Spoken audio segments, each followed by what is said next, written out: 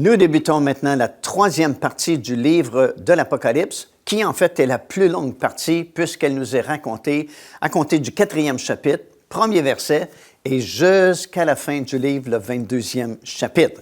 Comme nous l'avons mentionné précédemment, c'est Jésus lui-même qui a fait la division du livre de l'Apocalypse en 3 parties. Ça, c'est dans le premier chapitre et au verset 19.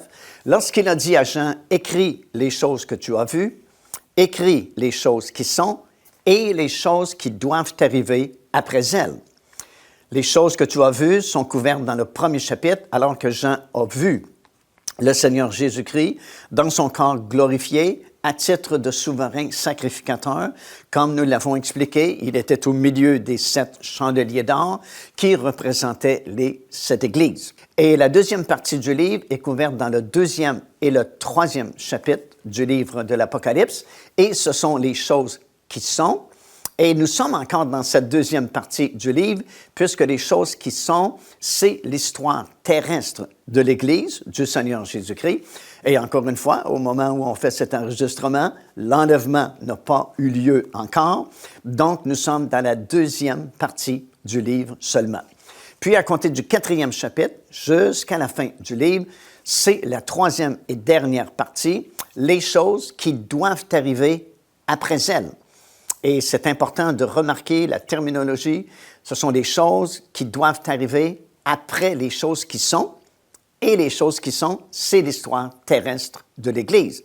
Cela signifie que tout ce qui est écrit, à partir du 4e chapitre jusqu'au 22e chapitre, rien de tout ça n'est encore arrivé et rien de tout ça ne peut arriver tant et aussi longtemps que l'enlèvement n'a pas eu lieu. Alors, encore une fois, tout se tient bien ensemble et il y a de fortes possibilités que ce 3e temple soit construit exactement à côté du dôme du rocher et que pendant une longue période des 7 années de tribulation, ces 2 édifices coexistent un à côté de l'autre, le dôme du rocher du côté gauche et le temple du côté droit. Dans ce même passage des Écritures dans Apocalypse, le 11e chapitre, au verset 3 jusqu'au verset 14 maintenant, nous lisons au sujet du ministère de 2 témoins très spéciaux, très particuliers, que Dieu enverra à cette époque-là, afin de créer, si vous voulez, une espèce d'équilibre entre l'Antéchrist, qui désormais sera en pouvoir, sera reconnu comme le gouvernement mondial, le faux prophète également qui l'accompagnera. Alors, vous avez 2 personnages très puissants sur cette planète et Dieu enverra 2 témoins comme pour équilibrer les forces, 2 prophètes qui surtout annonceront et prêcheront la parole de Dieu à Israël. Parce qu'à ce moment-là, ce sera un temps très critique pour Israël, justement, parce que souvenons-nous qu'Israël aura accepté cet homme comme son Messie au tout début des 7 années de tribulation. Et maintenant que le temple est construit et qu'au milieu des 7 années de tribulation, lui-même, l'Antéchrist, se proclamera Dieu, et le faux prophète demandera aux gens de se faire une image de cet homme qui a la blessure mortelle, mais qui pourtant vit quand même, et d'adorer l'image de cet homme. Bien, en Israël, ça ne fonctionne plus parce que le 2e commandement de Dieu, c'est justement « Tu ne te feras pas d'image taillée, ni de représentation de choses qui sont dans le ciel et sur la terre, et tu ne te prosterneras pas devant ces choses, tu ne les adoreras pas. » Alors, ils vont bien comprendre que cet homme ne peut être le vrai Messie parce qu'il va contre les commandements de Dieu. Et c'est à ce moment-là que ces 2 prophètes vraiment auront besoin d'encourager Israël parce que, semble-t-il, tout espoir maintenant est perdu. Ils ont été vraiment séduits par cet homme-là et il semble qu'il n'y a plus d'espoir de survie.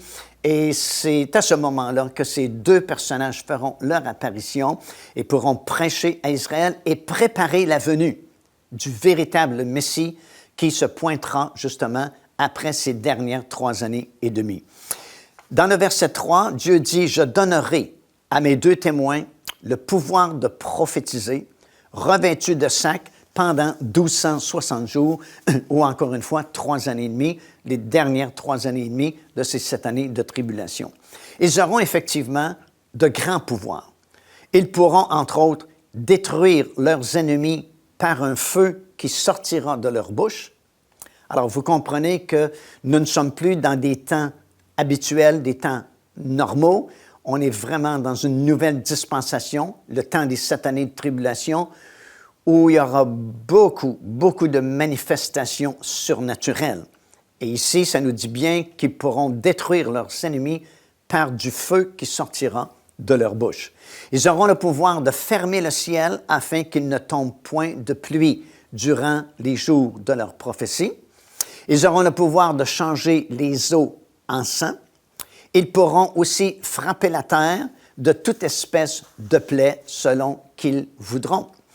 Et dans le verset 7, ça dit qu'ils seront tués par l'Antéchrist à la fin de ces 3 années et demie. Et l'Antéchrist ne leur donnera pas de sépulture honorable, mais va laisser leurs cadavres sur la place de la ville. La place de la ville, c'est une ancienne expression hébraïque qui signifie le portique derrière la porte dorée. Alors, l'Antéchrist va laisser le cadavre de ces 2 témoins sur le portique de la porte dorée. Et la Bible dit que des gens de par le monde entier pourront les voir. Encore une fois, il y a plusieurs années passées, cette parole était difficile à comprendre. Les gens pouvaient la croire par la foi. Mais aujourd'hui, on peut très bien comprendre parce que grâce au développement technique de notre génération, on sait par exemple que les satellites peuvent aller capter n'importe quelle image dans ce monde et vous présenter des événements qui se produisent à l'autre bout du monde, vraiment en direct sur votre écran d'ordinateur ou de téléviseur. Alors, ça, c'est vraiment facile à comprendre aujourd'hui. Pendant 3 jours et demi seulement, leurs cadavres seront exposés sur la place de la ville et les gens parmi le monde entier pourront les voir. Mais au verset 9, ça dit que non seulement les gens pourront les voir, mais après 3 jours et demi, il y a un esprit de vie qui va entrer en eux et ils vont monter dans les airs, vont retourner au ciel là d'où ils viennent. Et ça va être vraiment étonnant puisque les gens pourront voir, les gens même entendront la voix qui dira à ces cadavres, montez ici. Alors, c'est vraiment très spectaculaire, les choses qui vont se produire durant ces 7 années de tribulation. C'est au verset 12 que nous lisons cela. Ça dit, les gens entendront une voix du ciel leur disant, montez ici, et ils monteront au ciel dans la nuée, et leurs ennemis les verront. Donc, c'est des temps vraiment très particuliers, des temps vraiment très spéciaux. Puis, on sait qu'un de ces témoins-là, c'est Élie, le prophète, parce que l'Ancien Testament se termine avec cette promesse de la part du Seigneur. Je vous enverrai Élie, le prophète, avant le grand jour du Seigneur. Et le deuxième témoin, c'est sans doute Enoch, parce que celui-ci n'a pas vu la mort, tout comme Élie. Ce sont les 2 seules personnes qui n'ont pas vu la mort. Et dans Hébreu, bien sûr, ça nous dit qu'il est réservé à tous les hommes de mourir. Et ces 2 personnages-là ne sont pas morts. Donc, ils seront tués durant cette dernière portion des 7 années de tribulation. Et c'est pourquoi nous préférons penser que c'est Enoch plutôt que Moïse, parce que Moïse est bel et bien mort, même que c'est Dieu qui l'a enterré. Alors, on peut être certain du nom du premier témoin, Élie. Le deuxième, nous pensons plus que c'est Enoch que Moïse. Mais de toute façon, ces 2 témoins seront envoyés pendant les 3 dernières années et demie des tribulations.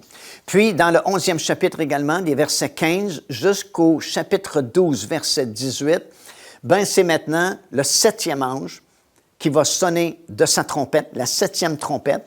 Et comme j'ai expliqué précédemment, c'est le 3e malheur d'une série de 3 malheurs, 5e trompette, 6e trompette, et maintenant, c'est la 7e et dernière trompette.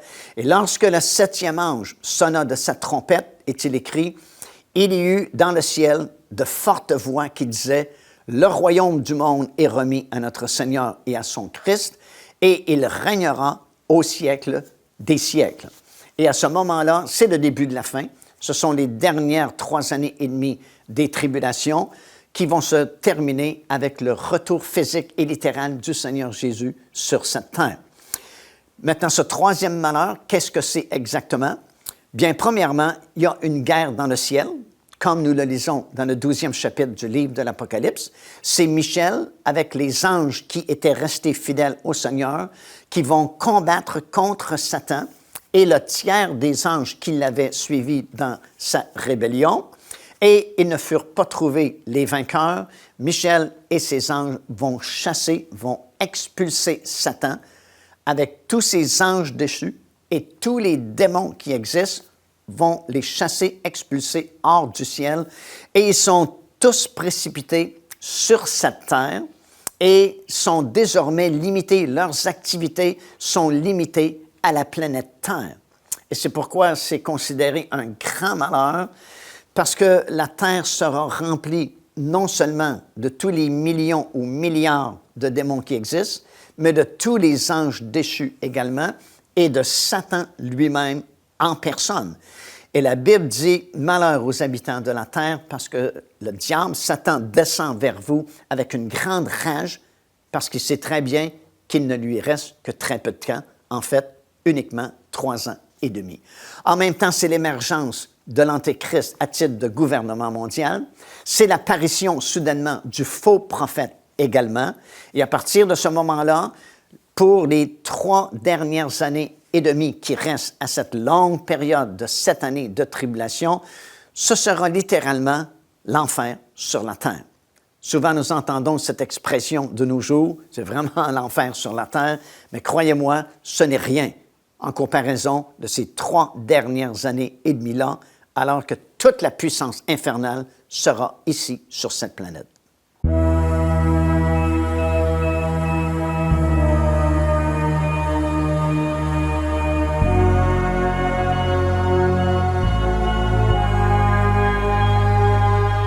Après que Satan et ses anges furent expulsés du ciel, Jean a vu paraître l'Antéchrist à titre de gouvernement mondial, ainsi que l'émergence du faux prophète. Alors, dans le 12e chapitre du livre de l'Apocalypse, comme nous l'avons étudié ensemble, il y a cette guerre qui a éclaté dans le ciel, et c'est bien le dernier endroit où on pensait avoir une guerre, mais Michel s'est levé avec les anges qui sont restés fidèles envers Dieu contre Satan, ses démons et ses anges également, et ils furent expulsés des lieux célestes. Nous savons que durant cette dispensation, le diable et ses anges et ses démons ont accès dans les lieux célestes. D'ailleurs, la Bible appelle Satan le prince de la puissance de l'air, parce qu'il a encore cette liberté d'aller dans les lieux célestes. Mais à compter du milieu des 7 années de tribulation, voilà que cette guerre éclate là-haut dans le ciel et son temps est terminé. Maintenant, il est expulsé hors des lieux célestes et son seul champ d'action, désormais, sera la planète Terre. Et c'est pourquoi la Bible dit « Malheur aux habitants de la terre, parce que le diable descend vers vous avec une grande rage, parce qu'il sait qu'il ne lui reste que très peu de temps. En fait, il ne lui reste que 1260 jours ou 3 ans et demi, les dernières 3 années et demie des 7 années de tribulation. » Et après, justement, que Satan fut expulsé du ciel, nous lisons à la fin du 12e chapitre, et certaines versions incluent ce verset-là, dernier verset du 12e chapitre, avec le 13e chapitre. Ça nous dit que Jean a vu l'apparition de l'Antéchrist comme gouvernement mondial ou à titre de gouvernement mondial. Et désormais, sur la planète, vous avez cette trinité satanique qui agira, Satan lui-même, l'Antéchrist et le faux prophète. Alors, si nous allons dans le 13e chapitre du livre de l'Apocalypse, dans le premier verset, nous lisons ceci. « Puis je vis monter de la mer une bête qui avait 10 cornes et 7 têtes, et sur ses cornes 10 diadèmes, et sur ses têtes des noms de blasphème. » La Bible prédit que dans les derniers jours, il n'y aura qu'un seul gouvernement mondial dirigé par l'Antéchrist. Il n'y aura qu'une seule religion mondiale dirigée par le faux prophète. Et ensemble, l'Antéchrist et le faux prophète, et bien sûr assistés de Satan lui-même qui sera ici en personne sur la planète, ils établiront un seul système financier mondial dont la marque sera 666. Donc, ils contrôleront le monde entier par une image animée d'un pouvoir verbal, une marque dans la main droite ou sur le front, et toutes les transactions commerciales seront faites par, premièrement, cette marque, deuxièmement, le nom de l'Antéchrist ou le nombre de son nom, soit 666. Il y a beaucoup d'écrits qui ont été faits et beaucoup de prédications sur le fameux chiffre 666 et personne vraiment n'a trouvé une explication vraiment raisonnable, sauf que dans certaines versions, surtout les anciennes versions, plutôt que d'avoir 3 chiffres comme 666, ce sont 3 lettres grecques et ces lettres-là peuvent être associées à l'islam. Alors, nous savons que dans ces derniers jours, l'islam a un grand rôle à jouer. D'ailleurs, l'islam a un volet prophétique que souvent nous ignorons. Et eux-mêmes, dans ce volet prophétique, parlent de 3 personnages qui agiront dans les derniers jours. On parle du Mahdi, on parle également de Jésus, Issa, comme il l'appelle, qui est censé revenir pour expliquer aux gens que son message a été mal compris, qu'il n'est pas vraiment le Fils de Dieu et demandera la conversion à l'islam. Et un troisième personnage qui s'appelle le Dajjal, qui est un peu, si vous voulez, l'équivalent du diable comme nous lisons dans la parole du Seigneur. Alors, lorsque cet homme obtiendra ou réussira à devenir le gouvernement mondial, nous sommes en plein milieu des 7 années de tribulation. Et à ce moment-là, il réussira à prendre le contrôle mondial.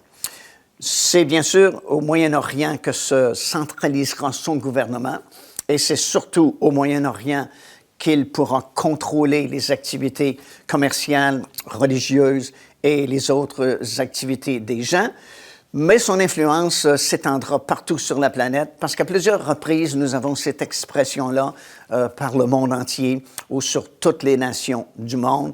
C'est un peu comme à la fin des 7 années de tribulation, lorsque les nations seront rassemblées dans la vallée de Megiddo pour tenter de monter sur la ville de Jérusalem et d'anéantir le peuple juif. Plusieurs versets dans la parole du Seigneur, notamment dans le livre du prophète Zacharie, bien sûr, parlent de toutes les nations du monde.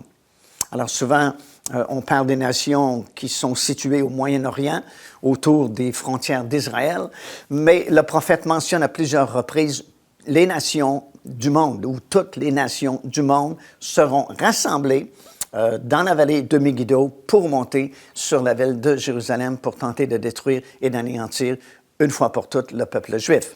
Alors, nous savons que son gouvernement, bien sûr, sera plus fort dans cette région-là du monde, mais va affecter le monde entier également.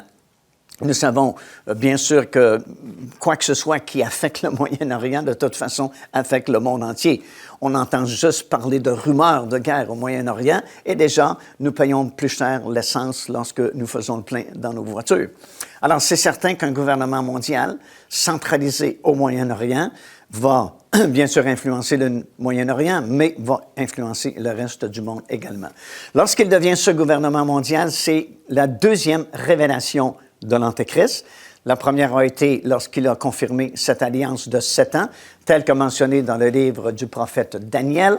Et ici, à mi-chemin de ces 7 années de tribulation, alors qu'il devient finalement le gouvernement mondial, c'est une deuxième révélation, surtout envers le peuple juif, qui auparavant l'avait accepté comme son Messie, puisqu'à ce moment-là, il va s'autoproclamer Dieu, va s'asseoir lui-même dans le lieu très saint, et le faux prophète qui a fait son apparition soudainement au milieu de ces 7 années de tribulation va demander aux gens de se faire une image de cette personne-là qui a été blessée à mort. Nous allons voir un peu plus loin comment, lors de son inauguration à titre de gouvernement mondial, quelqu'un l'a assassiné par un coup d'épée.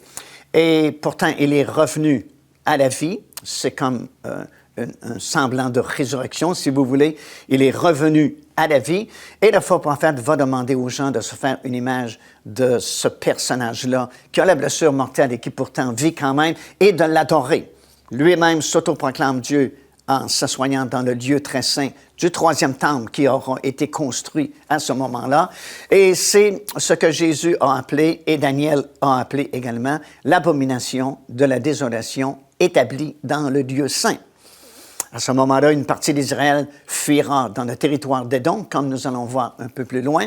Mais dès cet instant-là, en général, chez le peuple juif, on saura que ce ne peut être Christ, puisqu'on demande l'adoration d'une image et que le deuxième commandement de Dieu dans la Bible, c'est « Tu ne te feras point d'image ni de représentation qui sont dans le ciel ou sur la terre et tu n'adoreras pas, tu ne te prosterneras pas devant ces choses-là. » Alors, le fait même que le faux prophète demande aux gens d'adorer une image, ben, c'est un signal très clair pour le peuple juif que cet homme ne peut pas être leur Messie tel qu'il l'avait accepté 3 ans et demi auparavant. Alors, voilà la situation. Nous sommes en plein milieu des 7 années de tribulation. L'Antéchrist a bien tenté de prendre le contrôle mondial au tout début, comme nous avons mentionné dès l'ouverture du premier sceau, du livre en 7 sceaux. Il y a ce cavalier monté sur un cheval blanc qui fait son apparition et c'est l'Antéchrist qui part à la conquête du contrôle mondial, mais ça va lui prendre 3 ans et demi, exactement à mi-chemin dans ces 7 années de tribulation, avant qu'il puisse réussir à devenir le gouvernement mondial. Et à ce moment-là, Israël va réaliser que ça ne pouvait pas être son Messie comme il l'avait reconnu au tout début. Et plusieurs vont fuir dans la région de Pétra, comme nous le pensons. Du moins, c'est dans le territoire d'Édom qu'ils pourront fuir, tel que c'est mentionné dans la parole du Seigneur. Et plusieurs autres vont rester, bien sûr, en Israël. Et ce sera les 3 dernières années et demie de ces 7 années de tribulation, très intenses à ce moment-là, qui vont nous conduire au retour physique et littéral du Seigneur Jésus-Christ à la toute fin. Il y a donc 2 révélations de l'Antéchrist. La deuxième, comme je viens de mentionner, se fera au milieu des 7 années de tribulation. Et c'est une révélation pour le peuple juif qui l'avait accepté comme son Messie 3 ans et demi auparavant. Et le peuple juif réalisera à ce moment-là que ça ne peut pas être son Messie, bien sûr parce qu'il s'auto-proclame Dieu. On demande l'adoration de l'image de l'Antéchrist, alors que, comme j'ai mentionné, le deuxième commandement de Dieu spécifie de ne pas se faire d'image ni de représentation qui sont dans le ciel et sur la terre et de ne pas se prosterner et d'adorer ces choses-là. Alors ça, c'est la deuxième révélation de l'Antéchrist pour le peuple juif. La première, bien sûr, c'est à l'occasion de la confirmation de cette alliance pour une durée de 7 ans, telle que prophétisée dans Daniel chapitre 9 et le verset 27. À ce moment-là, c'est la première révélation de l'Antéchrist et c'est pour l'Église. Parce qu'en effet, dès l'instant où cette confirmation aura lieu, pour une période de 7 ans, garantissant la paix et la sécurité pour les habitants de la terre, pour le peuple juif, c'est son Messie, puis je vais vous expliquer pourquoi ce sera facile pour Israël de reconnaître cet homme comme leur Messie. Ce sera le Mahdi pour le monde arabe. Ce sera un génie politique pour les nations du monde, parce que, bien sûr, il va réussir ce coup qu'un président américain, par exemple, a réussi auparavant, c'est-à-dire signer une entente ou un traité de paix au Moyen-Orient. Mais pour l'Église, attention, ce sera la révélation de l'Antéchrist, puisque Paul affirme dans la deuxième épître aux Thessaloniciens, dans le 2e chapitre, verset 1 et verset 3, dit-il, avant notre réunion avec le Seigneur Jésus-Christ, il faut que l'apostasie soit arrivée et qu'on ait vu paraître l'homme du péché. Alors, l'enlèvement de l'Église ne peut se produire tant et aussi longtemps que cet homme de péché n'a pas été révélé et il sera révélé uniquement au moment où il confirmera cette alliance pour une durée de 7 ans. Maintenant, ce n'est pas sage d'attendre la confirmation de cette alliance pour se préparer pour l'enlèvement, parce que selon Matthieu chapitre 25, parabole des 10 vierges, il fallait être prêt avant la confirmation de cette alliance afin de faire partie de l'enlèvement de l'Église, parce que cette confirmation de l'alliance de 7 ans, c'est le fameux cri de minuit que nous entendons, que nous lisons dans Matthieu, le chapitre 25, à l'occasion de cette parabole, la parabole des 10 vierges. Selon le prophète Daniel, juste avant la confirmation, justement, de cette alliance pour une durée de 7 ans, il y aura une coalition de 10 nations qui se formera très rapidement, en état d'urgence, si vous voulez, afin d'éviter une catastrophe encore plus grande, parce qu'un bouleversement aura secoué tout le Moyen-Orient et aura affecté, en fait, le monde entier. Il y a plusieurs possibilités pour qu'un bouleversement bouleverse, justement, le Moyen-Orient, mais nous savons de façon certaine, par la parole d'Ézéchiel, chapitre 38, qu'une coalition de nations formée par une grande puissance située au septentrion d'Israël. Et au septentrion d'Israël, c'est-à-dire à l'extrémité nord au-dessus d'Israël, la seule puissance qui est là, c'est la Russie. Alors nous savons que la Russie sera grandement impliquée dans cette attaque soudaine sur les montagnes d'Israël. Et selon le prophète Ézéchiel, la Russie formera une coalition avec plusieurs nations, dont certaines sont mentionnées par leur nom dans le 38e chapitre d'Ézéchiel, notamment l'Iran, sous son ancien nom, la Perse, la Turquie, l'Éthiopie et plusieurs autres nations se formeront en coalition et feront une attaque surprise sur les montagnes d'Israël via la vallée de Bassan, dans le nord complètement du pays d'Israël. Et selon Ézéchiel chapitre 38, Dieu lui-même va intervenir dans ce conflit-là par des fléaux naturels et mettra un terme soudainement à cette attaque-là et accordera une grande victoire à Israël. Et c'est à ce moment-là qu'une autre coalition se formera de 10 nations, selon le prophète Daniel, qui sont représentées par les 10 orteils de la statue du songe de Nebuchadnezzar.